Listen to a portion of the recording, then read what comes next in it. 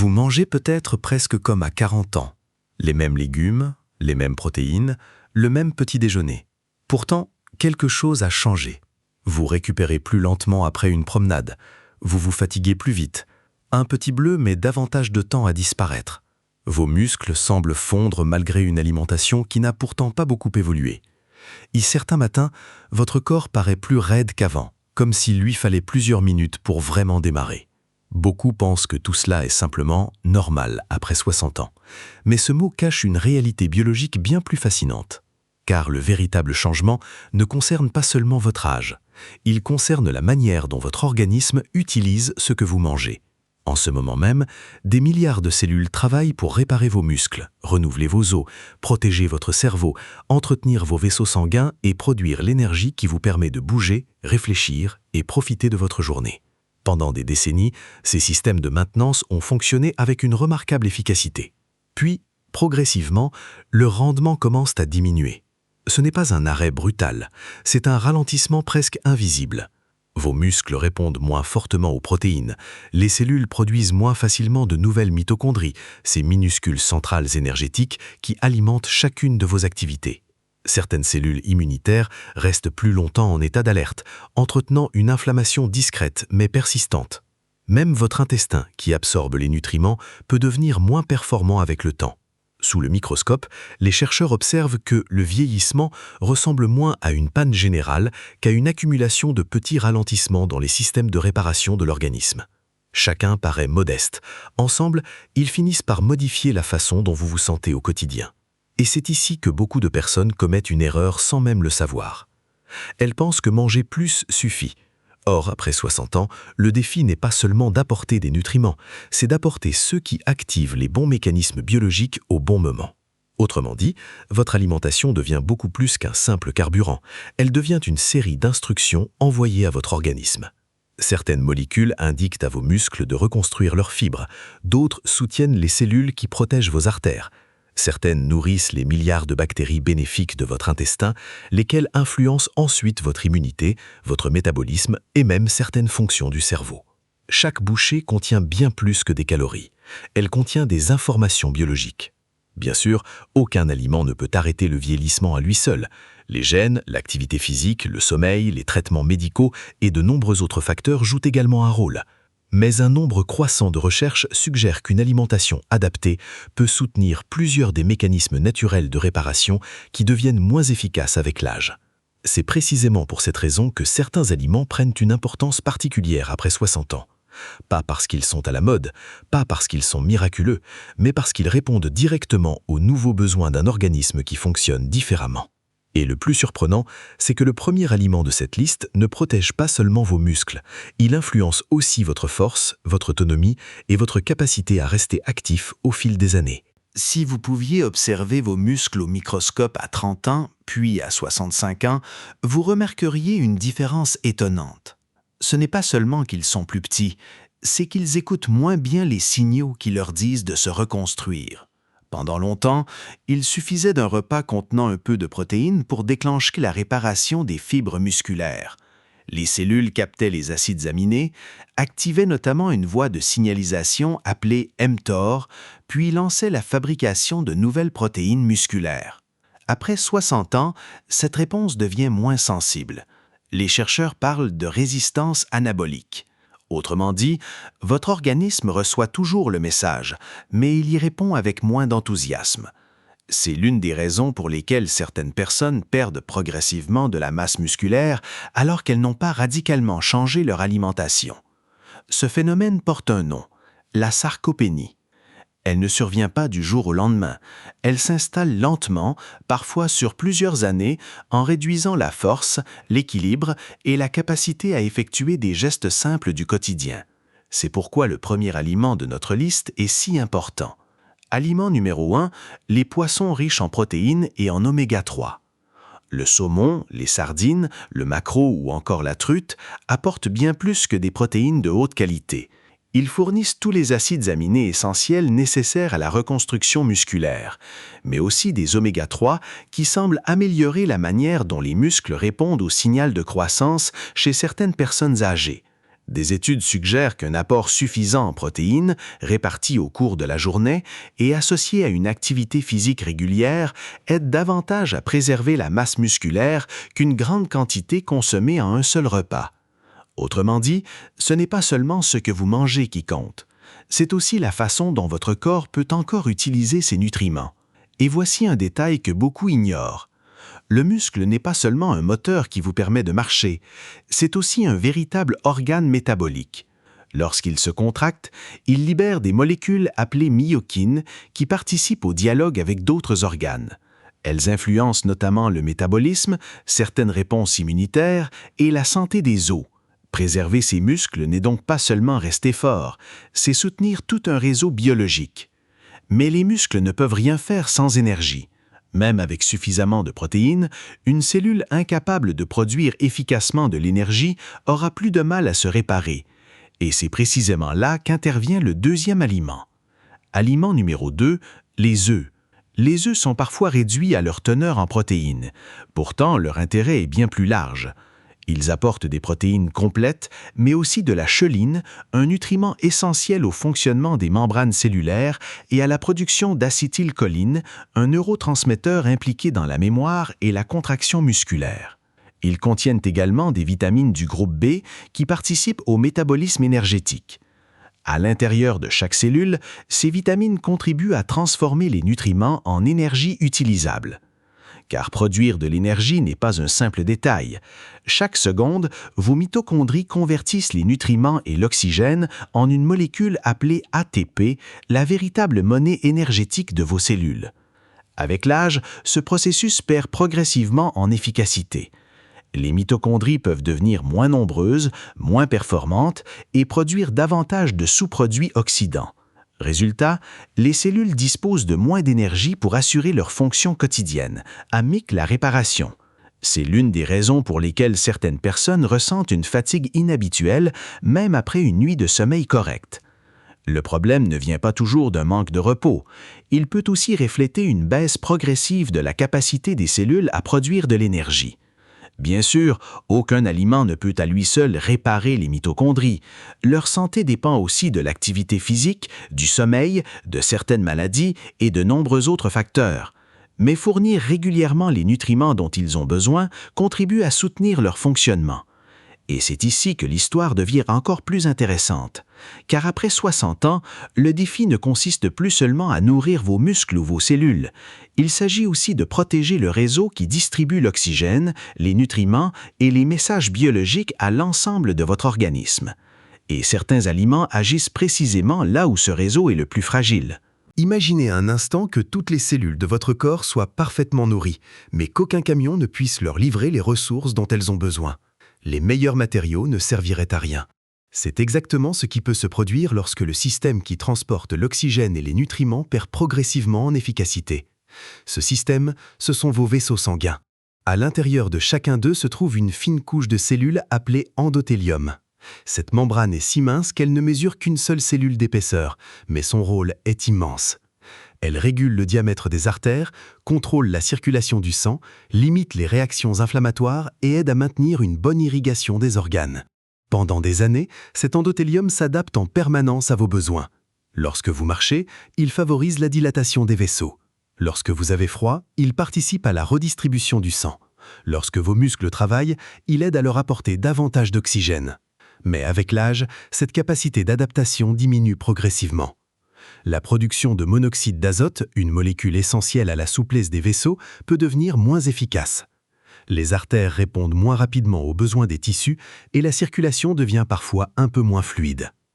Ce changement est discret. Vous ne le sentez pas directement. Pourtant, il influence la façon dont les nutriments atteignent vos muscles, votre cerveau et même votre peau.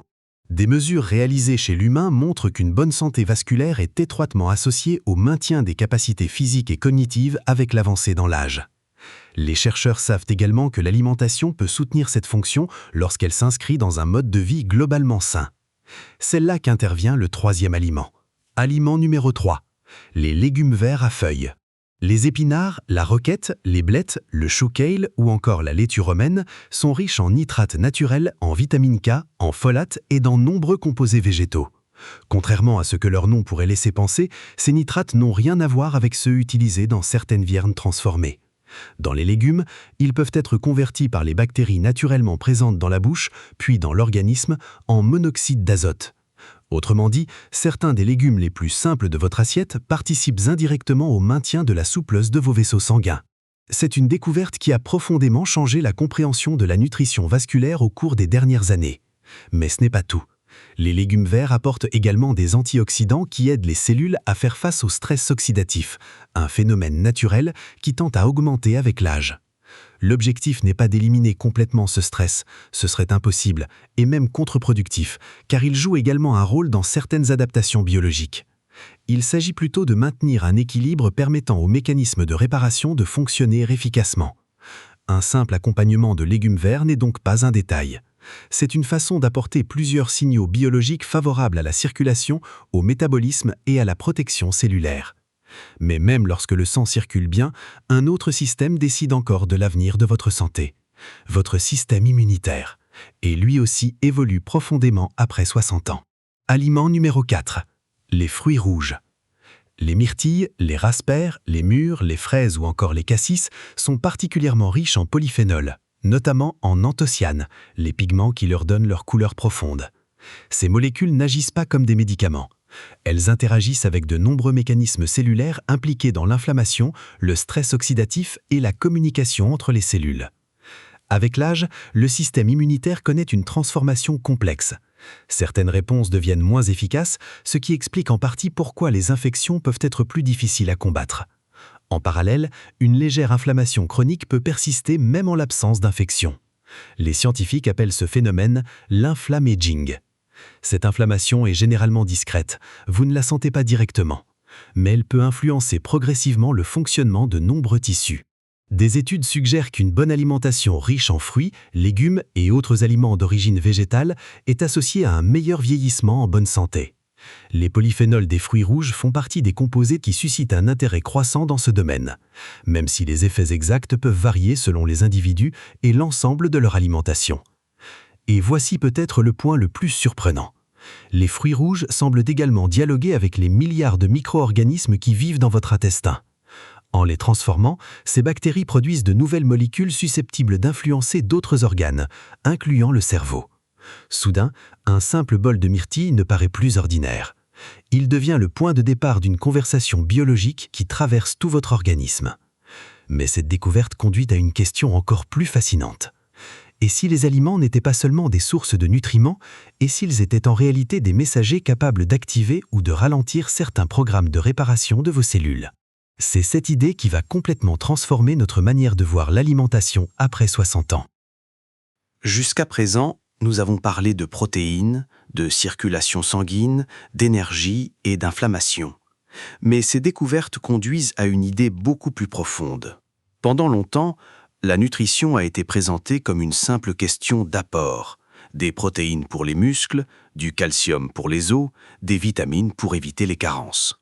Cette vision est vraie, mais elle est incomplète. Car vos cellules ne se contentent pas de recevoir des nutriments. Elles les interprètent.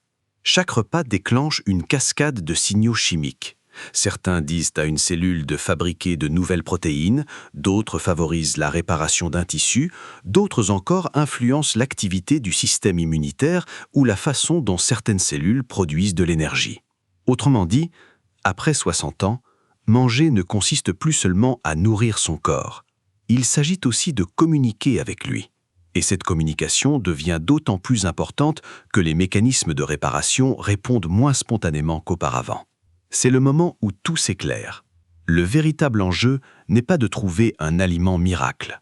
Le véritable enjeu est d'envoyer, jour après jour, suffisamment de signaux favorables pour aider l'organisme à maintenir ses fonctions de réparation. C'est pourquoi les deux aliments suivants jouent un rôle si particulier. Aliment numéro 5. Les yaourts nature et les aliments fermentés.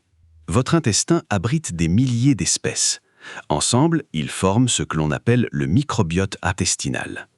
Pendant longtemps, on pensait qu'ils servaient principalement à digérer les aliments.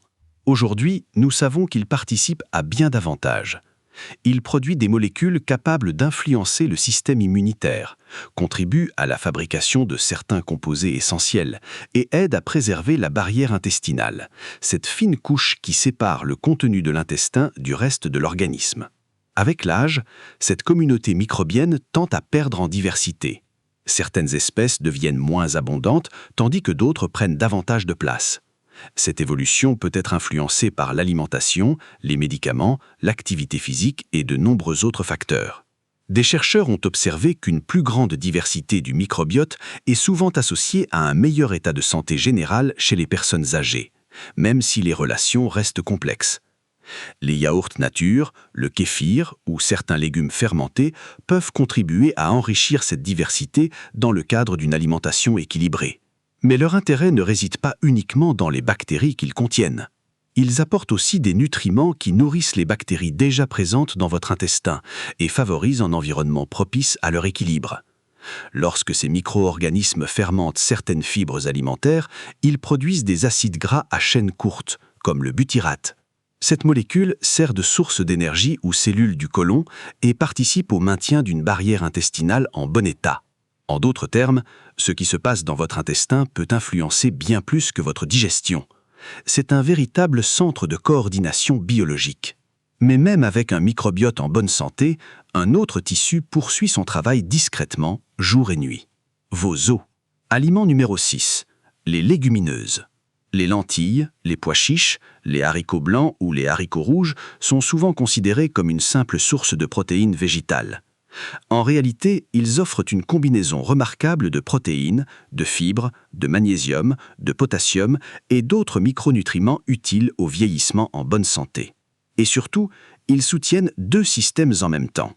D'un côté, leurs protéines participent au maintien de la masse musculaire lorsqu'elles s'intègrent dans une alimentation variée.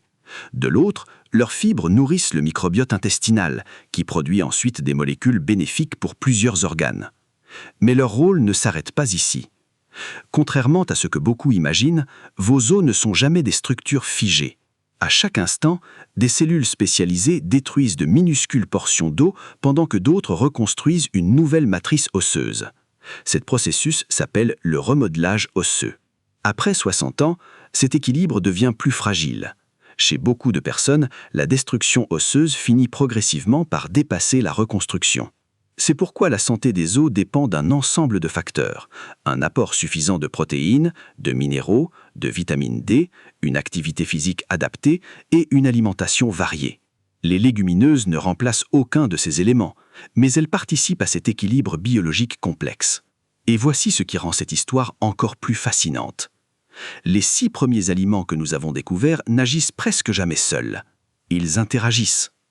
Les protéines soutiennent les muscles, les légumes verts favorisent la santé vasculaire, les fruits rouges apportent des composés protecteurs, les aliments fermentés influencent le microbiote. Les légumineuses nourrissent à la fois vos cellules et vos bactéries intestinales. Peu à peu, une image apparaît. Votre organisme ne fonctionne pas comme une collection d'organes indépendants. Il fonctionne comme un immense réseau.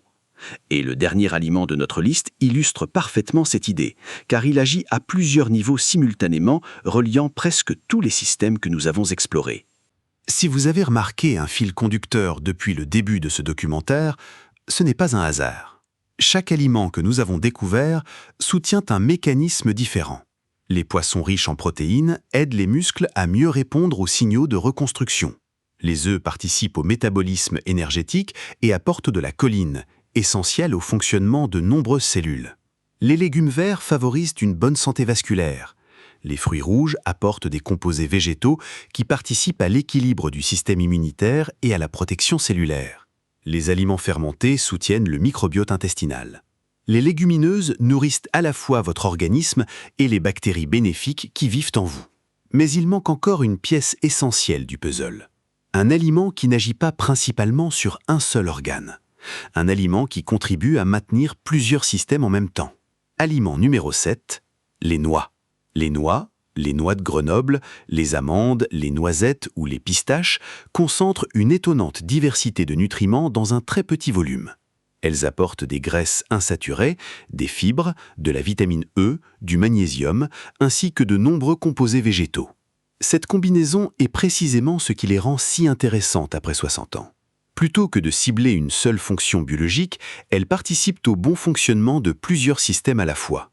Les graisses insaturées contribuent à maintenir l'intégrité des membranes cellulaires, ces fines enveloppes qui entourent chacune de vos cellules et permettent les échanges de nutriments, de signaux chimiques et d'énergie. La vitamine E aide à protéger ces membranes contre certaines formes de stress oxydatif. Le magnésium intervient dans des centaines de réactions enzymatiques impliquées dans la production d'énergie, la contraction musculaire, la transmission nerveuse et le fonctionnement normal du cœur. Et les fibres qu'elles contiennent viennent, une fois encore, nourrir le microbiote intestinal. Autrement dit, les noix ne travaillent jamais seules. Elles rejoignent les autres aliments pour soutenir un réseau biologique déjà en action. Des études d'observation de longue durée ont régulièrement associé une consommation modérée de fruits à coque à un meilleur vieillissement en bonne santé et à une réduction du risque de certaines maladies chroniques. Bien sûr, ces associations ne prouvent pas qu'un seul aliment explique ces bénéfices. Elles reflètent aussi un mode de vie global. C'est un rappel important. La science de la nutrition ne fonctionne presque jamais selon une logique de cause unique. Elle ressemble davantage à un orchestre. Chaque instrument compte, mais c'est leur harmonie qui crée la musique. Il en va de même pour votre organisme. Aucun de ces 7 aliments n'est capable à lui seul de préserver vos muscles, vos os, votre cerveau, vos vaisseaux sanguins ou votre système immunitaire. En revanche, lorsqu'ils s'intègrent régulièrement dans une alimentation équilibrée, ils soutiennent des mécanismes biologiques qui collaborent en permanence. Et c'est peut-être la leçon la plus importante de ce documentaire. Votre corps ne vieillit pas organe par organe. Il vieillit comme un système interconnecté. Lorsqu'un maillon devient plus fragile, les autres compensent parfois pendant un temps. Mais lorsque plusieurs systèmes perdent progressivement en efficacité, les effets commencent à se faire sentir dans la vie quotidienne. La bonne nouvelle, c'est que l'inverse est également vrai. Soutenir plusieurs mécanismes en même temps peut produire des bénéfices qui dépassent largement l'effet d'un aliment pris isolément. Ce n'est pas une question de perfection, c'est une question de régularité. Mais savoir quoi manger n'est qu'une partie de l'équation. Une autre question reste entière. Comment intégrer ces aliments dans la vie de tous les jours sans bouleverser ses habitudes et quelles attentes sont réellement raisonnables? C'est ce qui permettra de transformer toutes ces connaissances en action. Après avoir découvert ces 7 aliments, une conclusion pourrait sembler évidente. Il suffirait d'ajouter du saumon, des légumes verts, des fruits rouges, des yaourts, des lentilles et quelques noix à son alimentation pour bien vieillir. La réalité est un peu plus nuancée. Votre organisme ne fonctionne pas comme une machine que l'on répare avec une seule pièce de rechange. Il s'adapte progressivement à l'ensemble de vos habitudes. Chaque repas, chaque nuit de sommeil, chaque promenade, chaque séance d'activité physique et chaque période de récupération envoient des signaux qui s'additionnent au fil du temps. C'est cette accumulation qui façonne le vieillissement. Les recherches montrent qu'après 60 ans, les bénéfices d'une alimentation équilibrée apparaissent généralement lorsqu'elle s'inscrit dans une routine durable, et non après quelques jours de changement. Les délais varient d'une personne à l'autre, selon l'état de santé, le niveau d'activité physique, les traitements médicaux et de nombreux autres facteurs. Certaines personnes remarqueront davantage d'énergie ou une meilleure récupération en quelques semaines. Pour d'autres, les changements seront plus discrets et certains bénéfices resteront invisibles. Vous ne ressentirez jamais directement que vos vaisseaux sanguins répondent un peu mieux à l'effort. Vous ne percevrez pas vos cellules fabriquer plus efficacement certaines protéines. Vous ne sentirez pas votre microbiote produire davantage de molécules bénéfiques. Pourtant, ces mécanismes continuent de travailler, souvent dans le silence. C'est l'une des plus grandes particularités du corps humain. Les processus qui comptent le plus sont rarement ceux que l'on remarque immédiatement. Ils avancent lentement. Ils se construisent jour après jour, et ils dépendent davantage de la constance que de la perfection. Si vous souhaitez mettre en pratique ce que nous avons découvert aujourd'hui, il n'est pas nécessaire de transformer entièrement votre alimentation dès demain. Commencez simplement. Ajoutez une portion de poisson riche en protéines au cours de la semaine, remplacez un accompagnement par des lentilles ou des pois chiches, glissez une poignée de noix au moment d'une collation, ajoutez des légumes verts à un repas quotidien, choisissez un yaourt nature ou un aliment fermenté si cela convient à votre alimentation, et lorsque les fruits rouges sont de saison ou disponibles surgelés, faites-leur une place dans vos desserts ou vos petits déjeuners. Ces changements paraissent modestes, mais la biologie fonctionne souvent grâce à de petites adaptations répétées des milliers de fois. C'est ainsi que les tissus se renouvellent, que les muscles répondent à l'entraînement, que les os poursuivent leur remodelage, que les cellules entretiennent leur mécanisme de réparation et qu'un organisme continue de s'adapter même après 60 ans. Car c'est peut-être la plus belle découverte de ce documentaire.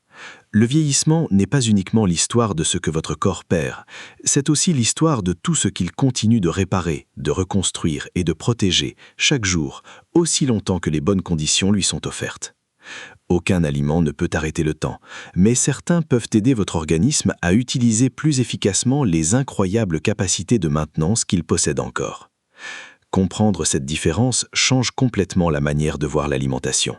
Vous ne mangez plus simplement pour remplir votre assiette, vous mangez pour soutenir les milliards de cellules qui travaillent sans relâche afin de vous permettre de rester fort, autonome et actif le plus longtemps possible. Et lorsque l'on prend conscience de tout ce qui se déroule silencieusement à l'intérieur de notre corps, chaque repas cesse d'être une simple habitude. Il devient une occasion de participer, jour après jour, à cette extraordinaire collaboration entre la biologie et le temps. Si une partie de ce documentaire vous a rappelé une expérience personnelle ou vous a permis de comprendre un changement que vous observiez depuis des années, vous ne serez certainement pas seul. Beaucoup de personnes découvrent seulement après 60 ans que leur corps ne demande peut-être pas plus, mais différemment. Merci d'avoir suivi cette exploration jusqu'au bout. Et souvenez-vous, la santé se construit rarement par des gestes spectaculaires. Elle se construit le plus souvent par des choix cohérents, répétés avec patience, qui donnent à votre organisme les meilleures conditions pour faire ce qu'il sait faire depuis toujours, s'adapter.